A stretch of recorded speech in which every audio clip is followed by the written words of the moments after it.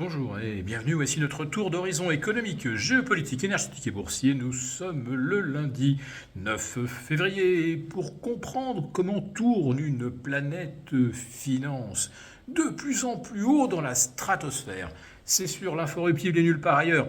Et la chronique du jour, je l'intitulerai Panique à la hausse, panique à la baisse. Le levier est en stress.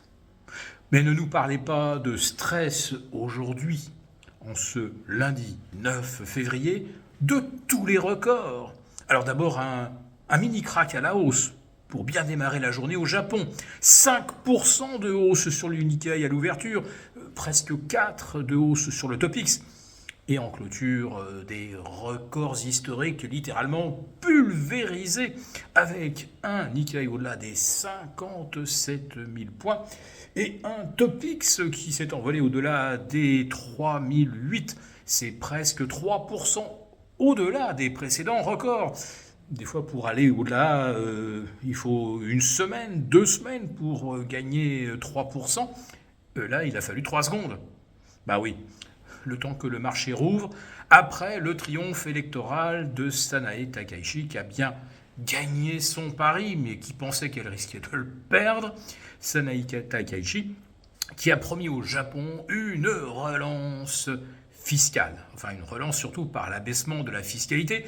Comprenez le creusement des déficits.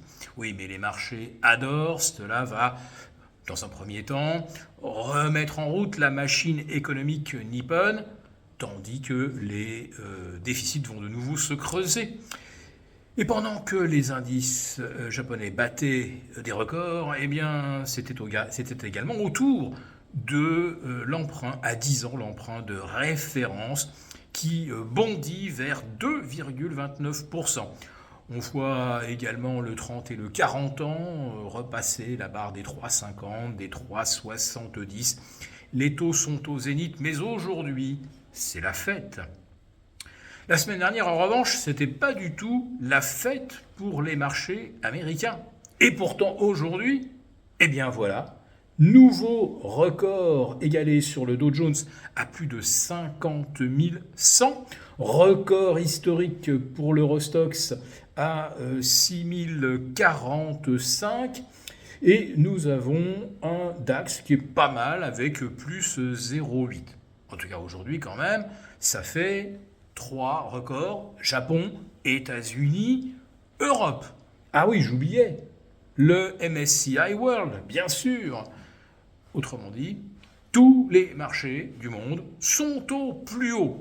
Et ça, après une semaine où l'on a vu des séquences de portes de saloon absolument inédites, avec des moins 25 sur le Bitcoin en 48 heures, on a vu l'argent perdre jusqu'à 37% vendredi de la semaine précédente, puis on reperdre encore 20% en l'espace d'une séance, en reprendre 15%. L'or repasse la barre des 50 000. Ça va à toute vitesse dans tous les sens. Que dire également du Nasdaq, où l'on a vu les technos chuter à 3 reprises consécutivement de plus de 1,5%, et puis en reprendre 2 vendredi.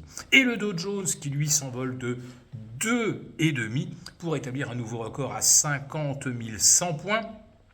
Et bien dans le sillage, non pas de Nvidia, d'Apple ou de Microsoft, non, c'est tout simplement parce que les valeurs qui ont le plus progressé vendredi sont celles qui se payent le plus cher, comme par exemple Caterpillar ou Goldman Sachs, 930$.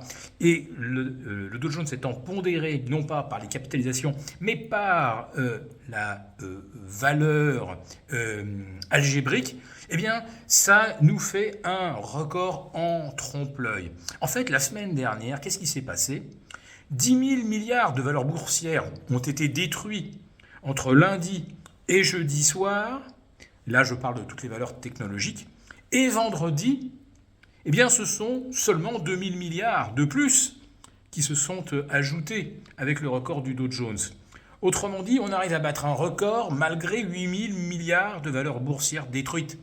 Vous comprenez bien qu'il y a là quelque chose qui, à un moment ou à un autre, va finir par inquiéter ou indisposer les grosses mains. Mais depuis quelques semaines déjà, c'est surtout le retail, c'est-à-dire l'investisseur particulier qui fait la pluie, le beau temps, ou plutôt la tempête et la tempête de ciel bleu, avec des comportements FOMO absolument caractéristiques. Vous avez par exemple l'indice SOX des semi-conducteurs qui perd, je crois c'était jeudi, jusqu'à 6,5% en séance, qui termine à moins 4,5 et qui en reprend 5,3 le vendredi. Vous avez MicroStratégie qui perd 30% en 3 séances et qui en reprend 26 en une seule séance vendredi. C'est la panique à la baisse, la panique à la hausse, comme je le disais dans le titre. Et vous avez donc un comportement de stress qui pousse les opérateurs à partir absolument dans toutes les directions sans qu'il y ait réellement de stratégie suivie. Les algos, évidemment, amplifient les mouvements, puisque les algos, eux, repèrent les cassures de support et puis les cassures de résistance, dans un sens comme dans l'autre. Ça va beaucoup trop vite. Ce sont donc les machines aujourd'hui qui sont à la manœuvre sur les marchés. Mais quand vous avez des marchés devenus aussi volatiles, qui font de nouveaux records, alors que la capitalisation, elle, est en baisse, avec des ratios. D'ailleurs, c'est extrêmement rare d'avoir des valeurs qui battent en même temps leurs records absolus et d'autres valeurs qui sont au plus bas depuis un an. Tout ça en même temps, ça préfigure toujours un retournement des marchés. Pour vous remercier de votre fidélité, vous pouvez télécharger gratuitement notre rapport spécial qui vous présente l'investissement qui a explosé à chaque krach boursier. Il vous suffit de cliquer sur le lien en description pour l'obtenir gratuitement. Merci et à bientôt. Merci beaucoup d'avoir regardé cette vidéo. N'hésitez pas à réagir dans les commentaires ou à liker et partager cette vidéo si le contenu vous a plu. Et pour ne rater aucune de nos prochaines émissions, vous pouvez vous abonner à notre chaîne et activer les notifications. Et pour plus de contenu, n'oubliez pas que le dernier rapport rédigé par nos experts est accessible en cliquant sur le lien de description. On se retrouve tout de suite dans les commentaires et je vous dis à très bientôt pour une prochaine vidéo.